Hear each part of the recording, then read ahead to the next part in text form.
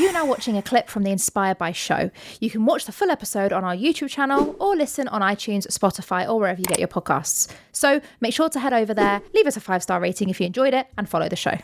I struggled with that as a leader. Yeah, I did for a long time. It's hard, isn't it? And I think the reason I struggled was because I was always told not to be vulnerable as a leader, not to tell people. And you shared there that the biggest thing you did consciously was talk about it and open up about it. And my question is, what was going on for you at that point? What were the challenges you were going through? And how much did you share with them? I shared as much as I possibly could. So I used to talk about going home. I'd always stop off at the local shop, the local newsagents, and as a minimum there'd be 2 bags. You know those little pouches of chocolates that you get? There'd be as a minimum 2 of those every single night. I'd stop off and I'd just be stuffing my face, usually in the dark, often with nothing else going on, just sat there in the dark on my own, kind of rocking, often with tears. And excuse me, it was a really horrible time. But going to the workplace and needing to be the sergeant, the flight sergeant, like I said, the self-generated impression of who you need to be is very, very different to that. It's, you have to be the alpha male, you have to be the strong leader, you have to be out at the front and showing people how it's done and things like that. So we tell ourselves a story, don't we? We tell ourselves a story that actually, if we show weakness as a manager, as a leader, then people aren't going to respect us.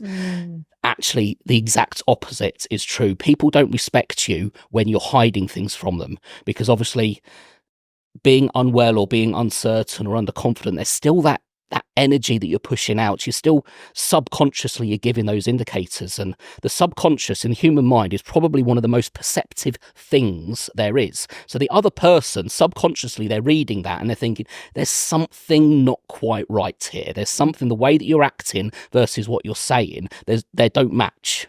So subconsciously, if you buy into like the Professor Steve Peters chimp management paradox, that chimp is going, there's a threat there, that something's not right, that must be a threat. So straight away those barriers are coming up. Whereas actually, when how you feel and how you act and how you speak are all in alignment with each other, actually that brings people closer together. And that was the biggest difference. Wow. Yeah. And it almost becomes like a therapy, doesn't it? Because you start to talk to people to help them as well, but also speaking it out helps us. So like you say, it's like a win-win. They feel heard, we feel heard, we all feel connected. Yeah, you know? Yeah, really, yeah. And I appreciate your openness to talk about it, because I think a lot of people as leaders, I mean, I've definitely had leaders in my life, in my career, when I was in the corporate world, who I know have been struggling. And it's so hard when you see someone struggling that's a leader and you're like, I know I can't help you, I'm not the right person, but like, it's okay. I want to support you. I can't help you, but I can support you. I can be that person that you can speak to. And I'm not going to judge you. I'm just going to hear you. Yeah. And just having that person, like I said, when people used to come to me when I was having a bad day, after I started talking about it, just that ability that somebody cares enough to come and have a cup of tea with me, that immediately changes the energy. I mean, I know a lot of energetic healers, a lot of therapists, counselors, they talk about a state change, or just standing up and going for a cup of tea with somebody who's showing that they're a human being, you're a human being, and let's just be a human being together. That makes a massive massive difference to the way you feel, and then suddenly things aren't so bad. Yeah. What would you say to a leader that's maybe never had that experience, never had a mental illness, never had a low, like, I mean, we all have lows, but I mean like a moment of that suffer and that struggle, but someone in their team is struggling with it? Because I often find one of my superpowers as a leader is that I've been at the darkest depths before anything bad really like actually physically happens. So when I've had team members that come to me and go, I've been diagnosed with depression, I'm like, okay, I've been there. Or I haven't been to the same situation you've been in, but I can relate to it. But I often hear people struggle when they haven't, because they hear the word depression or anxiety or whatever, and they freeze. They're like a rabbit in headlights, because they're like, oh no, how do I handle this? What would you say to those people? So it is hard. We've got to acknowledge that it is hard, because true empathy comes from really being able to put yourself in that person's situation. And I hear so many sayings along the lines of depression is just the new bad back. In fact, there was an MP on Good Morning Britain I think it was a couple of months ago now, who said not necessarily those words, but words to that effect. So there is a big impression out there that people fake it. Now, I don't think we can be naive, because there are shall we say, less altruistic people out there who will take advantage. But actually, in my experience, the number of people who would lie about something like that is very, very low, because it is a very vulnerable thing to admit. So to lie about it's different. So if people are openly willing to have a conversation with you about their mental health, that probably suggests, number one, there is something going on. Because I think, and experience has taught me, that the people who lie about it, they don't talk about it, they'll just go to the doctors and get a chit. That doesn't mean the people who don't talk about it are lying, but if they're coming to you and openly wanting to discuss it, that suggests to me that there probably is something going on. So if that puts you in a vulnerable position where you're thinking, I don't know what the right thing to do here is, guess what? Be human. Admit to it.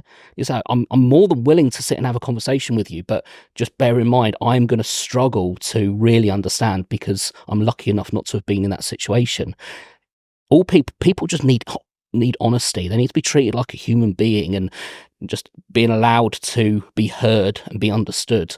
And then if that means signposting somebody to help, if you work for an organisation that might have wellbeing and mental health support through employee benefits, and signposting to people like that, or actually saying, okay, go to the doctors, we'll support you if you need to go to part-time hours, or maybe there's just a different type of adjustment that needs to be made.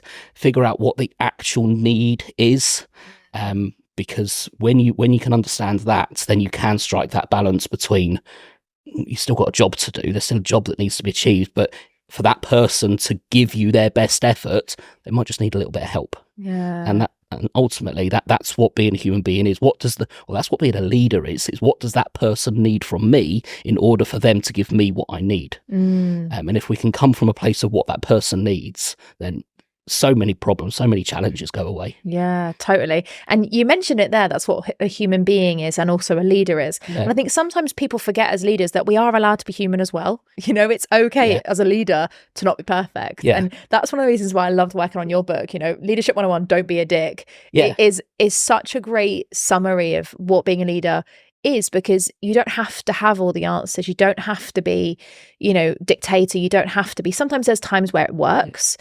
Why do you feel like leaders can often be perceived as dicks? And this is the irony behind the title, because I came up with a title because it's a play on the irony that actually the more effort you put into trying not to be a dick, actually the easier it is to become one.